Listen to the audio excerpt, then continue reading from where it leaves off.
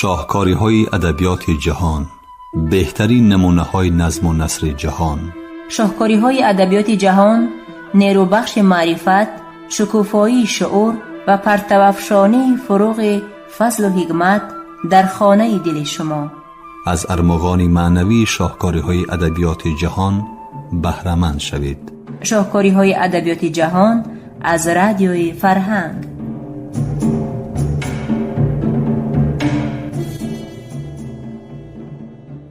درود به دوستداران برنامه‌های ادبی رادیوی فرهنگ. گفتارمان را از سلسله خوانش بدیعی شاهکاری‌های ادبیات جهان آغاز می‌بخشیم. گفتاری چهارم را از روی رمان مارتین ایدن نویسنده آمریکایی جک لندن در قرائت عبدالجلیل امان بشنوید.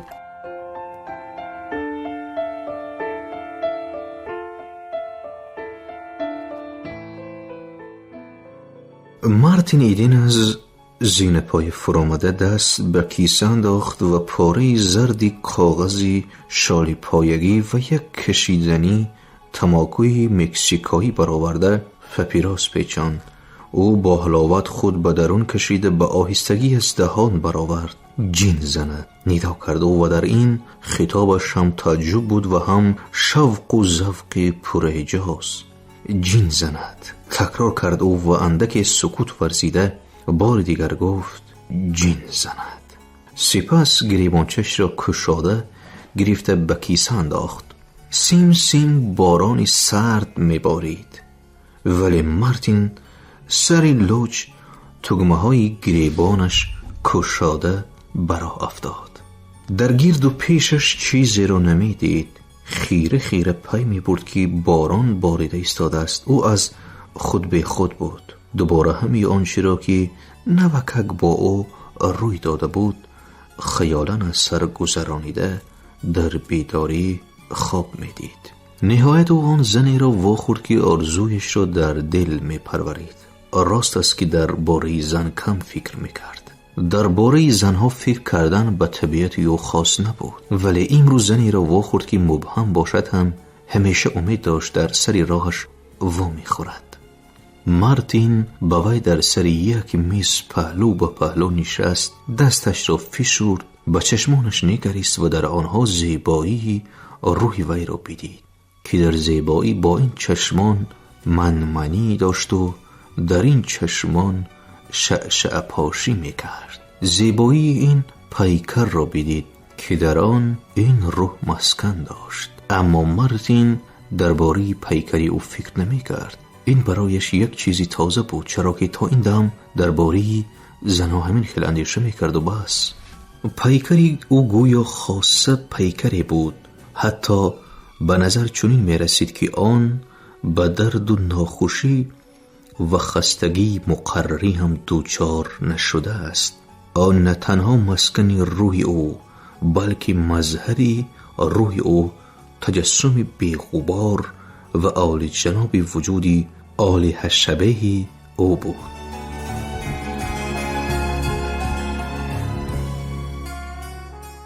این تأثیراتی فوق الطبیعی مارتین را به حیرت انداخت و آرزوهای او را پراکنده ساخته به اندیشه های از این هم جدیتر وادار کرد. تا این دم به شعور او نه یگان حرف، نه یگان ملاحظه و نه یگان اشاره در موضوع الهیات تأثیر نمی کرد.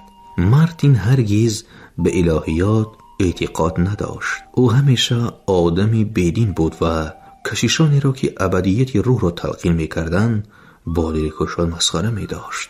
در آنجا از زندگی نامون نشانه نیست، می گفت به خود او نیست و بوده هم نمی تواند. زندگی سراسر در اینجا، آن دنیا ظلمت است. ولی آنچه که او در چشمان وی دید روح بود. بله، روحی جاویده که هرگز نمی میرد. از این قبل به او نه یگان مرد و نه یگان زن ابدیت روح را تلقین نکرده بود. اما این دختر تلقین کرده توانست. دختر این فکر را به او در حال همین که به سویش نظر افکن با زبانی بسته بیان کرد. چهره هنوز هم در پیش نظری مارتین درخشان بود.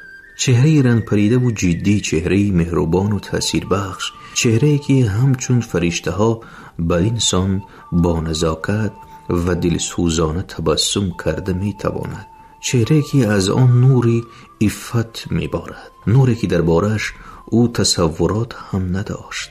عفت دختر او را واله و حیران کرد، به حیرت آورد. او می دانست که در دنیا خیر و شر گفتنی چیز است، ولی درباره عفت همچون یک نشانه زندگانی به سر هرگز اندیشه نآورده بود. اکنون باشد او در سیمای دختر این با عفتی، درجه عالی نکوکاری و بیگناهی را بدید که این همه یک جای بنیادی حیات ابدی می باشند.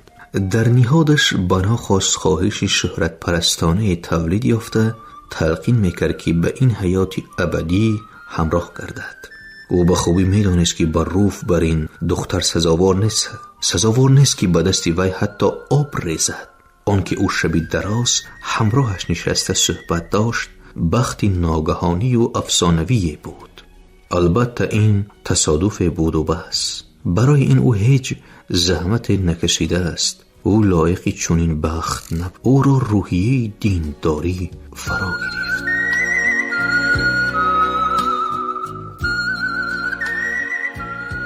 او حلیم و فروتن و با تواضع گردید. تیار بود که ترک دنیا کند و خود را خوار و ذلیل سازد. عادتا شخصی گناهگار با این حالت راهی توبه و تضرع را پیش میگیرد.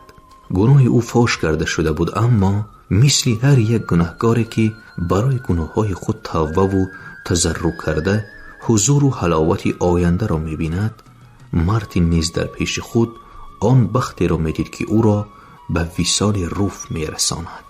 ولی اندیشه وصال را پرده پیچانده گرفته و به آن اندیشه‌هایی که به سر می‌آیند یکسری شباهت نداشت. آرزوهای شهرت پرستانه به او بال و پر می‌بخشیدند. به نظرش چنین می‌نمود که او همراه روح در فضای روح پرواز دارد و از همان ناز و نعمت‌های عالی، زیبایی و تجمل لذت یاب گشته همه اندیشه‌های وی را به هم می‌بیند. این یک وصلی روحی بود که از همه درشتی‌ها آزاد به هم پیوند شوی آزادی دلها بود که او هیچ به فهم آن رفته نمی‌توانست. راست است که او در این خصوص فکر هم نکرده است. او عموماً در خصوص چیز فکر نمی کرد. احساس او بر ادراکش غالب آمده و خود به تمام در حکم حسیات بود که از این پیش از سر نگذرانده است. در بحر حسیاتی عالی و نازک شنا کرده از حدود حیات واقعی بیرون می رفت. او همچون آدمی مست کلبیده راه می گشت و ویژه راه زنان غرغر می کرد. جین زند. پلیسمنی که در خمگشت بود با اون نظری شبه انگیز افکند و از طرز راهگردیش مقرر کرد که دریانورد است. در کجا اینقدر کیفیت رسا شد؟ پرسید پلیسمن. مارتین ایدن از عالم خیالات به زمین برگشت. او طبیعتا نهایت زیرک بود و خود را در حال با وضعیت موافق گردانده می توانست. همین که پلیسمن او را جیغ زد، خودی همان لحظه به خود آمد. سلام ندا کرد و خنده کنان من باشم پی نبردم که بلند کب میزنم. باز قطعی نوشی به اشوله می درایی. حالتی او را مقرر کرد پلیسمن. اشوله پشوله نمی خوانم. کنی گوگیر دهید.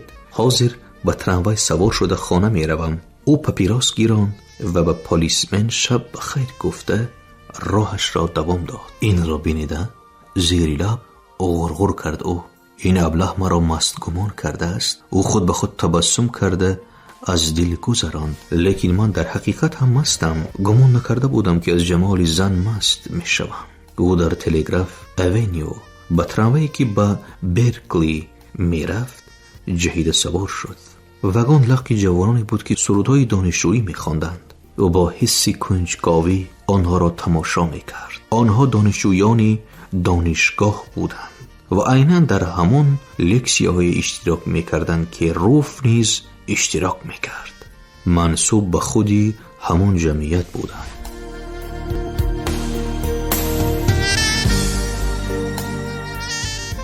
او تعجب میکرد که آنها چنین خواهش ندارند تعجب میکرد که آنها بجای آن که این بیگاه را با روف گذرانند با وی صحبت کنند وی را به کمال شفق و ذوق و احترام تماشا کرده لذت برند. تمامی بیگاه را در گجوی به بیکاری گذرانیدند.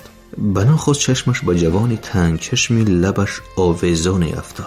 بچه گنده بد اخلاق باشد در کار، اندیشید او بدیل. در کشتی وی ترسانچک، ناعهده‌برا و خبرکش می شد. مارتین فکر کرد که او از این بچه یگان 10 سر و گردن بالاست و از این فکر خبت گوشت گرفت. این فکر او را گویا به روف نزدیک می کرد. او خود را به این دانشجو تقاص کرده دید. پیکری با قوت و سرمشکی خود را به خیال آورده خلاصه برآورد که از جهت جسمانی همه آنها به دستش آب هم ریخته نمی توانند، ولی کله آنها پوری دانش است که آن امکانیت می دهد با روف با یک زبان حرف زنند و آن همین اندیشه او را اذیت می داد. خیر، بینه من برای چی با آتشینی اندیشید؟ او در حقیقت آیا با آن چی که آنها موفق شده اند او موفق شده نمی توانست؟ آنها زندگی را از روی کتاب می آموختند، حالا که مارتین در دیگی آن همین زندگی می جوشید. کله او نیز پوری دانش بود، تنها این دانشی دیگر بود. کدام از اینها بادبان را ترند کشیده، سکان را اداره کرده، کشتی را نوبتداری کرده می تواند؟ حیاتش حیاتی پرخوف و خطر، حیاتی پر از جسارت و دلاوری، حیاتی پر زحمت و بینوایانش در پیش نظرش به جلوه در آمد. او همین آنچه را که در مکتب حیات از سر گذرانیده بود به خاطر آورد. خوش، به هر حال او نباخته است. یگان وقت آنها نیز به زندگی رو به رو شده همین آنچه را که او از سر گذرانیده است از سر خواهند گذراند. خیلی خوب. تا دمی که این جوانان از آن چیزی که مارتین آب کرده خورده است واقف می‌گردند، او جهت دیگری زندگی را خواهد آموخت. تراموای از پهلوی جایهای ناآبادی که بین آکلند و برکلی حد و حساب ندارد می‌گذشت و مارتین ایدین انتظار بود که آن کی برای حوله دو قبطی به خوبی شناس می‌رسد. پیشتاق بینا با لوحه‌ای تمطراق، دوکان سودای چکنه‌ای خگین باتن زنت یافته بود. او در نزد این حوله جهیده از تراموای فرامد و لحظه‌ای به لوحه نگاه کرده ماند. هر حرفی آن معنای زیادی داشت. از خود حرفا بوی پست فطرتی، خودبینی و ناچیزی می آمد. برنارد خیکیبانتم شوهر خواهر مارتین بود و مارتین او را خیلی به خوبی آموخته بود. او در را با کلید خود کشید و با زین پای به قبط دوم برآمد. در اینجا یزنه او زندگی میکرد. دکان در قبط یکم واقع گشته ولی بوی سبزواتی پوسیده به این هم پهن گشته بود. او از دهلیزی تاریک گذشته ایستاده برای بچگانه‌ای که کدام از خواهرزاده های سرشمارش فراموش کرده بود پیش پا خورد و گلدراز زنان رفته بدر زد. خسیس از دل گذران او میمیرد که برای گاز 2 سنت زیادتر پول دهد، آخر اجاره نشینان پیشانی را غوری کردنشون ممکن است. او دستکی در را پلماسیده یافت و در را کشاده به خانه چراغان در آمد که در آنجا خواهرش و برنارد خیکینبات هم می نشستند. خواهرش نیمی شوهرش رو دربه میکرد و باشد در روی 2 کرسی جایگیر شده پایهای خرابش را که کفشهای یک لبه شده نمدین داشتن دراز کرده گزیت میخواند. هنگامی که مارتین وارد خانه گشت برنارد از بالای گزیت با چشمهای سیاه تیز و عیارش با او نگریست. دیدار برنارد همیشه غیر اختیار غشی مارتین ایدن را می آورد. گوجای این آدم به خواهرش معقول شده باشد. وی به نظرش ماری زهردار برین می نمود و آن را با پاشنه پایفزالش مجح کردنش می آمد. یک روز زده بشرش را خونشار می کنم. خود را تسلی می داد و تنها همین اندیشه یاری می داد که او با موجودیت یزدانش طاقت کند.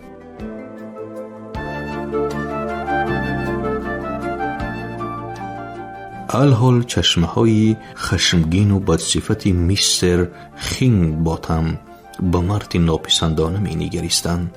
خوش پرسید مارتین، این چی گپ؟ این در راه هفته گذشته رنگ کرده بودیم.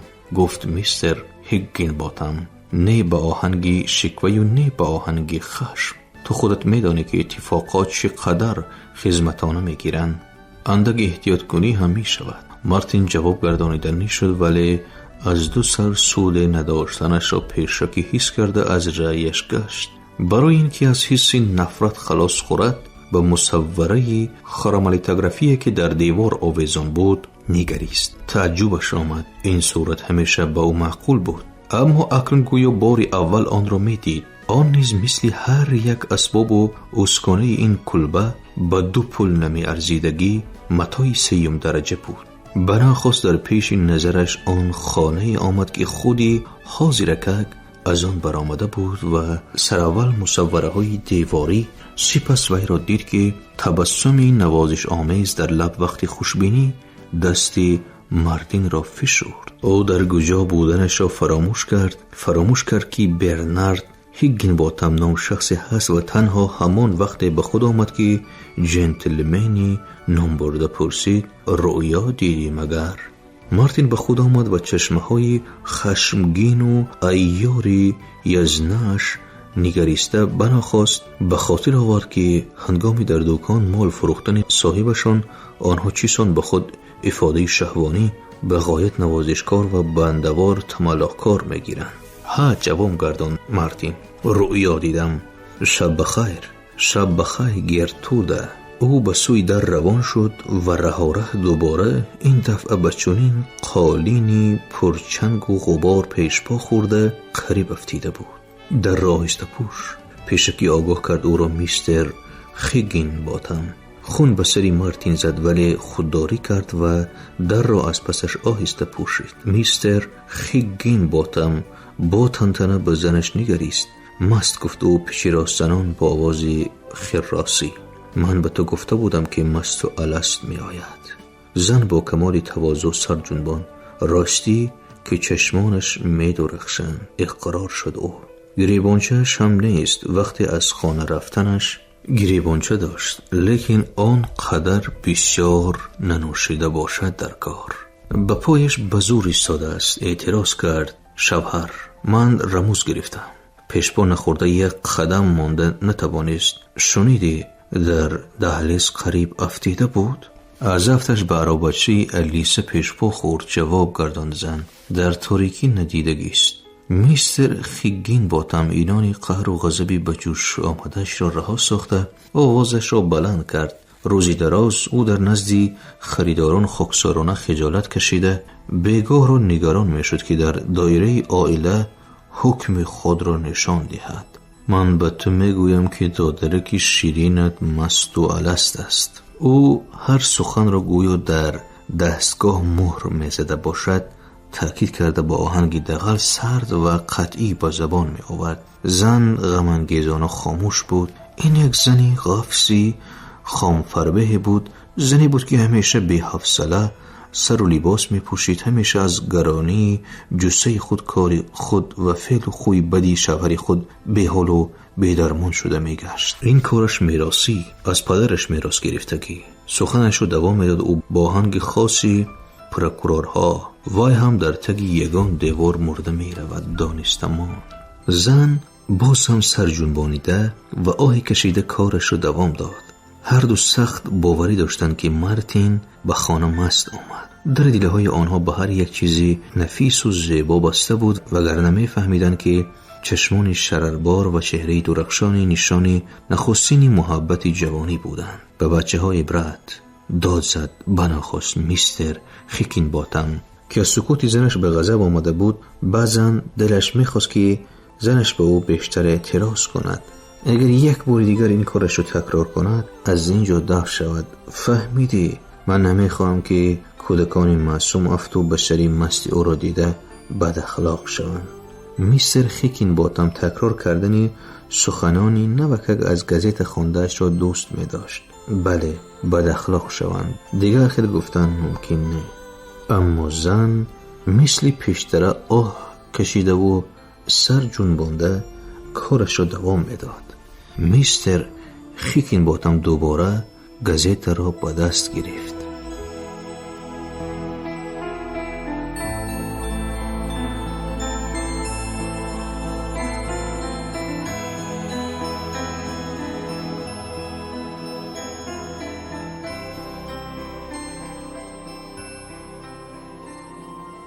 шунавандагони арҷуманд, шумо хониши бадеиро аз рӯи романи Мартин Идени нависандаи амрикоӣ Ҷек Лондон дар қироати Абдуҷалили Амон шунидед. поёни гуфтори чорум. Коргардон Даврон Соҳибзода шоду сарбаланд бошед.